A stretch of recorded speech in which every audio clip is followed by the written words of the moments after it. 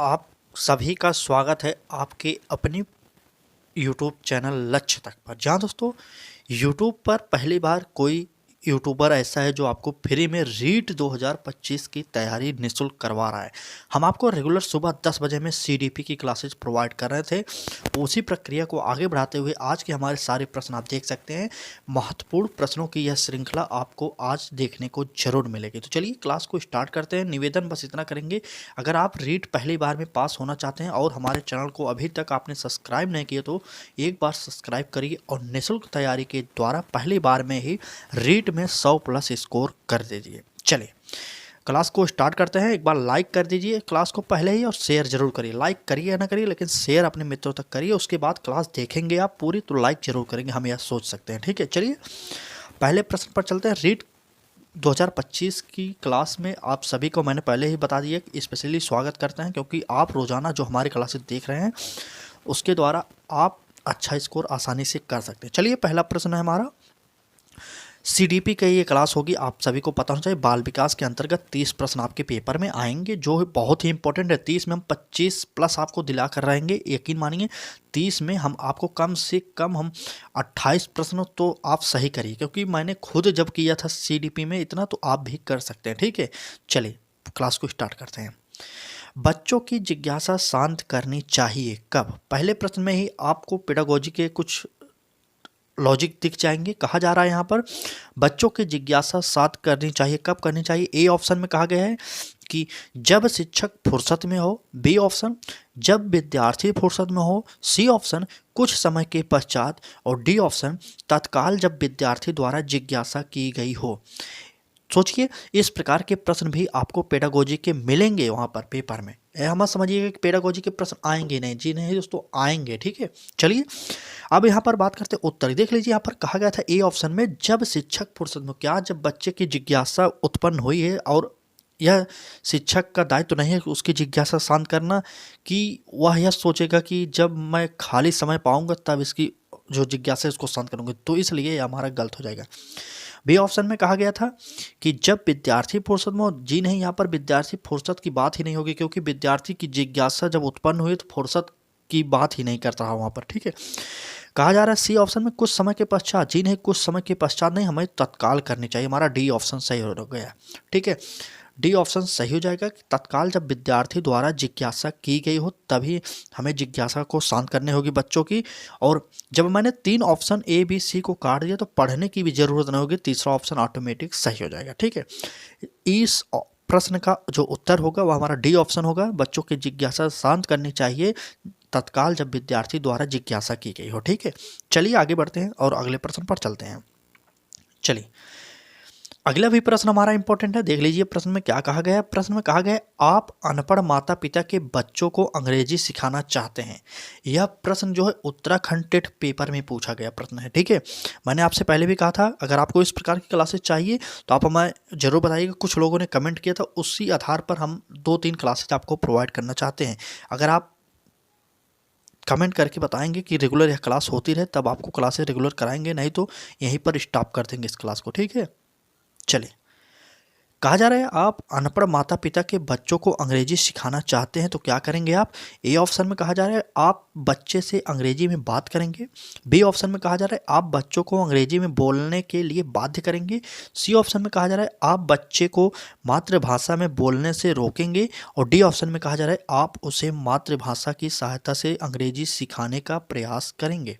चले पेडागोजी के जो प्रश्न आपके पेपर में आएंगे उसको कैसे काटना होगा आप यहाँ पर देखिए। ए ऑप्शन में कहा जा रहा है आप बच्चे से अंग्रेजी में बात करेंगे, तो बिल्कुल गलत हो जाएगा, क्योंकि आप बच्चे से अंग्रेजी में बात करेंगे, बालक को अंग्रेजी सिखाना है आपको।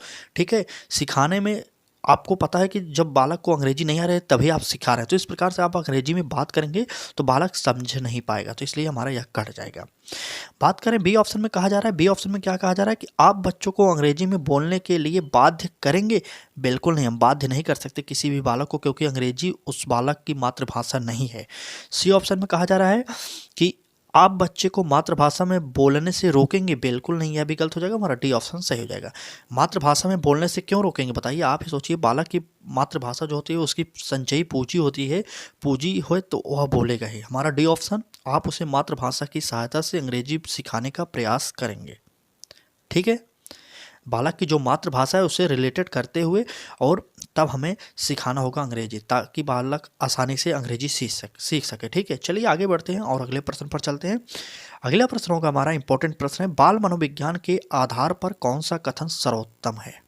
ठीक, चलिए, बाल मनोविज्ञान के आधार पर कौन सा कथन सर्वोत्तम है। ए ऑप्शन है हमारा, सारे बच्चे एक जैसे होते हैं। बी ऑप्शन, प्रत्येक बच्चा विशिष्ट होता है। सी ऑप्शन, कुछ बच्चे विशिष्ट होते हैं। और डी ऑप्शन, कुछ बच्चे एक जैसे होते हैं। देखिए, सारे बच्चे जो एक जैसे होते हैं, पहला कोटेशन ये हमारा गलत हो जाए, क्योंकि सारे बच्चे एक जैसे नहीं होते, आपको भी पता होगा, मुझे भी पता है। ठीक है, बी ऑप्शन में कहा गया है प्रत्येक बच्चा विशिष्ट होता है, यह सही हो सकता है। और सी ऑप्शन में कहा गया है कुछ बच्चे विशिष्ट होते हैं, जिन्हें कुछ बच्चे विशिष्ट नहीं होंगे। हमारा जो ऑप्शन होगा वह होगा बी ऑप्शन, प्रत्येक बच्चा विशिष्ट होता है। चाहे बालक पढ़ने में कमज़ोर हो या तेज हो, यह हमसे कोई मतलब नहीं। बालक को हम बालक को विशिष्ट समझेंगे, सभी बालक को विशिष्ट मानेंगे। ठीक है, क्योंकि हम पढ़ाने वहाँ पर गए, टीचर हैं, तो हमारा यह दायित्व होता है कि हम सभी बालक को विशिष्ट श्रेणी के अंतर्गत रखेंगे। ठीक है, चलिए आगे बढ़ते हैं। क्लास अच्छी लग रही हो तो लाइक करिए, चैनल पर पहली बार आए हो तो पूरी क्लास को जरूर देखिएगा, उसके बाद जरूर लाइक शेयर सब्सक्राइब कर दीजिए। चलिए आगे बढ़ते हैं। हमारा सिद्धांत है कम समय में आपको अधिक से अधिक प्रश्नों की प्रैक्टिस सेट प्रोवाइड कराई जाए, ताकि आप अपनी तैयारी में अच्छा स्कोर कर सकें। ठीक है, चलिए आगे बढ़ते हैं और अगले प्रश्न को देखते हैं। कहा जा रहा है बच्चों का मूल्यांकन होना चाहिए, किस प्रकार का होना चाहिए। ए ऑप्शन, बोर्ड परीक्षा द्वारा। बी ऑप्शन, सतत एवं व्यापक मूल्यांकन द्वारा। और सी ऑप्शन, गृह परीक्षा द्वारा। और डी ऑप्शन, लिखित एवं मौखिक परीक्षा द्वारा। चलिए बताइए, बच्चों का मूल्यांकन किस प्रकार से किया जाना चाहिए। क्या बोर्ड परीक्षा के द्वारा ही मूल्यांकन किया जा सकता है, तो बिल्कुल नहीं, है गलत हो जाएगा। गृह परीक्षा के द्वारा भी गलत हो जाएगा। लिखित एवं मौखिक परीक्षा, यह भी हमारा गलत हो जाएगा। हमारा ऑप्शन जो होगा बी ऑप्शन सही हो जाएगा। कहा जा रहा है यहाँ पर सतत एवं व्यापक मूल्यांकन के द्वारा बच्चों का मूल्यांकन किया जाना चाहिए। ठीक है, बी ऑप्शन सही हो जाएगा। चलिए, बी ऑप्शन सही हो जाएगा, सतत एवं व्यापक मूल्यांकन के द्वारा बच्चों का मूल्यांकन किया जाना चाहिए। तो चलिए आगे बढ़ते हैं और अगले प्रश्न पर चलते हैं। पूरी क्लास को आप लोग जरूर देखिएगा। इस प्रकार की क्लासेज अगर आपको रोजाना चाहिए तो आप हमारे साथ जुड़ सकते हैं सुबह 10 बजे में, क्योंकि हमारी क्लासेज रीट स्पेशल सुबह 10 बजे और बिहार शिक्षक भर्ती की क्लासेस दोपहर 11 बजे में होती हैं। ठीक है, दोपहर 1 बजे, माफ़ी चाहते हैं, दोपहर 1 बजे में होती है बिहार शिक्षक भर्ती की क्लासेज। आगे बढ़ते हैं और अगले प्रश्न पर चलते हैं। कहा जा रहा है बच्चों के लिए निःशुल्क एवं अनिवार्य शिक्षा का अधिकार अधिनियम कितने वर्षों के बच्चों के लिए लागू है। ए ऑप्शन 6 से 14 वर्ष। बी ऑप्शन 7 से 13 वर्ष। सी ऑप्शन 5 से 11 वर्ष। और डी ऑप्शन 6 से 12 वर्ष। चलिए, तो हमारा उत्तर होगा ए ऑप्शन 6 से 14 वर्षों के लिए। 86वां संविधान संशोधन था, आप सभी को पता होगा। यह 86वां संविधान संशोधन किस सन में किया गया था, आप कमेंट करके जरूर बताइए। चलिए, आर्टिकल की बात करें 21A में यह बात क्या कहा गया, अनुच्छेद 21A में इसकी व्याख्या की गई है, आप सभी को पता होगा। और संशोधन पूछा जाए संविधान का तो 86वां संविधान संशोधन था और आर्टिकल 21 है। चलिए, इसमें वर्णन किया गया कि 6 से 14 वर्ष के बच्चों के लिए निःशुल्क एवं अनिवार्य शिक्षा प्रदान करना यह सरकार का दायित्व होगा। ठीक है, चलिए आगे बढ़ते हैं और अगले प्रश्न को देखिए। कम समय में अधिक प्रश्नों की प्रैक्टिस सेट आप करना चाहते हैं तो जुड़िए एक बार हमारे साथ और भूल जाएंगे सभी चैनल को आप। ठीक है, एक बार कोशिश करिए हमारे साथ जुड़ने की। चलिए आगे बढ़ते हैं। अगला प्रश्न है शिक्षक को ज्ञान होना चाहिए, किसका ज्ञान होना चाहिए। ए ऑप्शन, अध्यापन विषय का। बी ऑप्शन, बाल मनोविज्ञान का। सी ऑप्शन, संगीत का। और डी ऑप्शन, अध्यापन विषय एवं बाल मनोविज्ञान का। चलिए, शिक्षक को किसका ज्ञान होना चाहिए, आपसे यही पूछा जा रहा है। चलिए बताइए, अध्यापन विषय एवं बाल मनोविज्ञान का क्या होगा उत्तर। तो हमारा उत्तर यहाँ पर देखिए, तीनों ऑप्शन एक में ही समाहित है, इसलिए हमारा यहाँ पर यह उत्तर सही हो जाएगा, डी ऑप्शन सही हो जाएगा। मैंने आपसे पहले भी कहा था, अगर आपको उत्तर नहीं आता तो इस प्रकार के प्रश्नों में एक ट्रिक जरूर आजमाइएगा, जहाँ पर अधिक से अधिक शब्दों को एक ही ऑप्शन में रखा गया हो, वह लगभग 99% ऑप्शन सही हो जाता है। ठीक है, ट्रिक यही है कि आपको ना आता हो तब इस प्रकार की ट्रिक यूज करिएगा, अगर आपको आता है तो आप अपने हिसाब से करिएगा। ठीक है, चलिए आगे बढ़ते हैं और अगले प्रश्न को देख लेते हैं। अभी तक आपने इस क्लास को देखा है, इसका मतलब आपको क्लास अच्छी लग रही है। क्लास अच्छी लग रही है तो लाइक जरूर करिएगा एक बार और पूरी क्लास को जरूर देखिएगा। ठीक है, चलिए आगे बढ़ते हैं, अगले प्रश्न को देखिए। एक बच्चे की वृद्धि और विकास के अध्ययन की सर्वाधिक अच्छी विधि कौन सी है? यह प्रश्न कहाँ पर पूछा गया था? मैंने आपसे पहले बताया कि हर एक प्रश्न को बता देंगे। यह बिहार टेट की परीक्षा 2011 में पूछा गया था, ठीक है, बिहार टेट के, ठीक है। चलिए बताइए तो, एक बच्चे की वृद्धि और विकास के अध्ययन की सर्वाधिक अच्छी विधि कौन सी है? माफी चाहते हैं। चलिए, एक बच्चे की वृद्धि और विकास के अध्ययन की सर्वाधिक अच्छी विधि, ए ऑप्शन मनोविश्लेषण विधि, बी ऑप्शन तुलनात्मक विधि, सी ऑप्शन विकासीय विधि, डी ऑप्शन संख्या की विधि। चलिए डेवलपमेंटल मेथड, जी हाँ दोस्तों, यही होगा डेवलपमेंटल मेथड, यही होगा हमारा, सी ऑप्शन सही होगा। आपने सही कमेंट किया, सी ऑप्शन इस प्रश्न का सही हो जाएगा, ठीक है।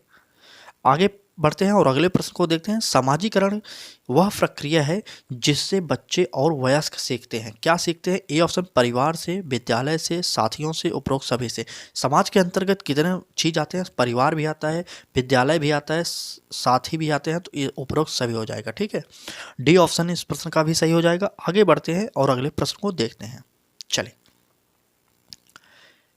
अगला प्रश्न होगा हमारा, बच्चों के विकास में सिरस्त सिद्धांत के अनुसार निम्न में से सत्य कथन। यहाँ पर सत्य कथन की बात की गई। ए ऑप्शन विकास सर से पैर की ओर चलता है। बी ऑप्शन में कहा गया है विकास पैर, यहाँ पर पैर हो जाएगा, ठीक है, विकास पैर से सर की ओर चलता है।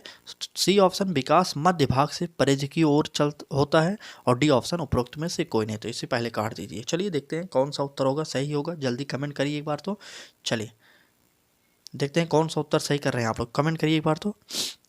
आप सभी को पता होगा कि बालक जो है जब माँ के गर्भ में रहता है, सबसे पहले उसके सिर का निर्माण होता है, उसके बाद धीरे धीरे दूसरे अंगों का निर्माण होता है। इस प्रकार से हम कह सकते हैं क्या होगा सही। चलिए, विकास सर से पैर की तरफ होता है, ठीक है, ए ऑप्शन हमारा सही हो जाएगा, विकास सर से पैर की तरफ होता है, ठीक है, विकास सर से पैर की तरफ होता है। चलिए आगे बढ़ते हैं और अगले प्रश्न को देखते हैं।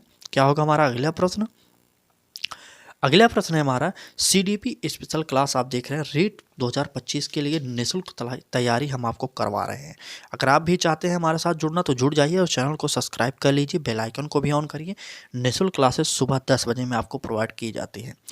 चलिए, मानव जाति में वे कौन से वैयक्तिक विभिन्नता के निर्धारक तत्व होते हैं जो मानव जाति की विविधता को बताते हैं? आपसे कहा जा रहा है मानव जाति में वे कौन से वैयक्तिक विभिन्नता के निर्धारक तत्व होते हैं जो मानव जाति की विविधता को बताते हैं? तो ए ऑप्शन पर्यावरण का अंतर, बी ऑप्शन आनुवंशिकता का अंतर, सी ऑप्शन होगा हमारा आनुवंशिकता व पर्यावरण के अंतर क्रिया, और डी ऑप्शन होगा उपरोक्त में से कोई नहीं। चले बताइए, मानव जाति में वे कौन से वैयक्तिक विभिन्नता के निर्धारक तत्व होते हैं जो मानव जाति की विविधता को बताते हैं? तो कमेंट करिए एक बार तो बताइए।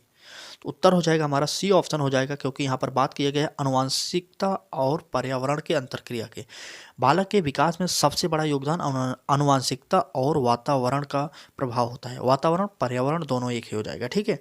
तो जिस प्रकार बालक को पर्यावरण मिलेगा, जिस प्रकार का वातावरण मिलेगा, उसी प्रकार से बालक का अच्छे तरीके से विकास किया जा सकता है, होता है। आगे बढ़ते हैं और अगले प्रश्न को देखते हैं। वाइगोत्स्की से यह प्रश्न पूछा गया है, कहा जा रहा है कि वाइगोत्स्की ने बाल विकास के बारे में कहा है कि क्या कहा है? यह सांस्कृतिक के आनुवंशिक के कारण होते हैं। बी ऑप्शन यह सामाजिक अंतर क्रियाओं के कारण होता है। सी ऑप्शन औपचारिक शिक्षा का उत्पादन होता है। और डी ऑप्शन होगा यह समावेशन और समायोजन का परिणाम होता है। चलिए, वाइगोत्स्की ने बाल विकास के बारे में क्या कहा था आप सभी को पता होगा। वाइगोत्स्की महोदय ने सामाजिक विकास का सिद्धांत दिया था। आपको जानना चाहिए तो यह उत्तर हमारा बिल्कुल बी ऑप्शन सही हो जाएगा। बिल्कुल सही आप लोग कर रहे हैं, तो बी ऑप्शन सही कर लीजिए। यह सामाजिक अंतर क्रिया का कारण होता है, ठीक है।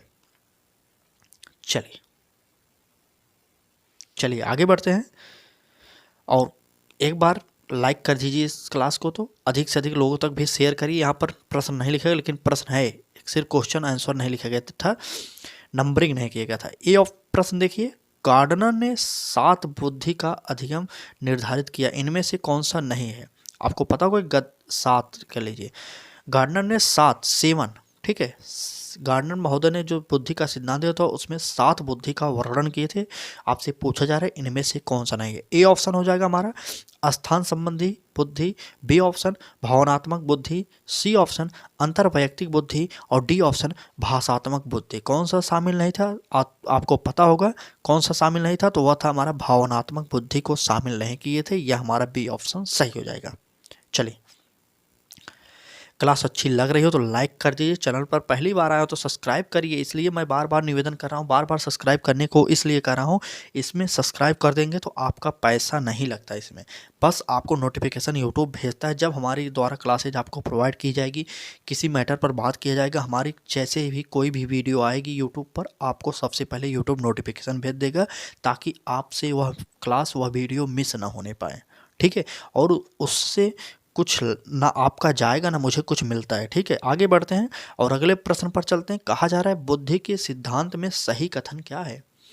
ए ऑप्शन समायोजन करने की क्षमता का नाम बुद्धि है, बी ऑप्शन सीखने की क्षमता का नाम बुद्धि है और सी ऑप्शन होगा हमारा संक्षिप्त तार्किकता की क्षमता का नाम बुद्धि है और डी ऑप्शन होगा उपरोक्त सभी। बुद्धि के सिद्धांत में सही कथन क्या है आप यह बता दीजिए एक बार। चलिए, ए ऑप्शन में कहा गया समायोजन करने की क्षमता का नाम बुद्धि है, तो बिल्कुल सही है क्योंकि बुद्धि के द्वारा ही समायोजन किया जा सकता है। बी ऑप्शन में सीखने की क्षमता का नाम बुद्धि है, यह भी सही हो जाएगा। डी ऑप्शन भी सही हो जाएगा, मतलब उपरोक्त सभी हो जाएगा।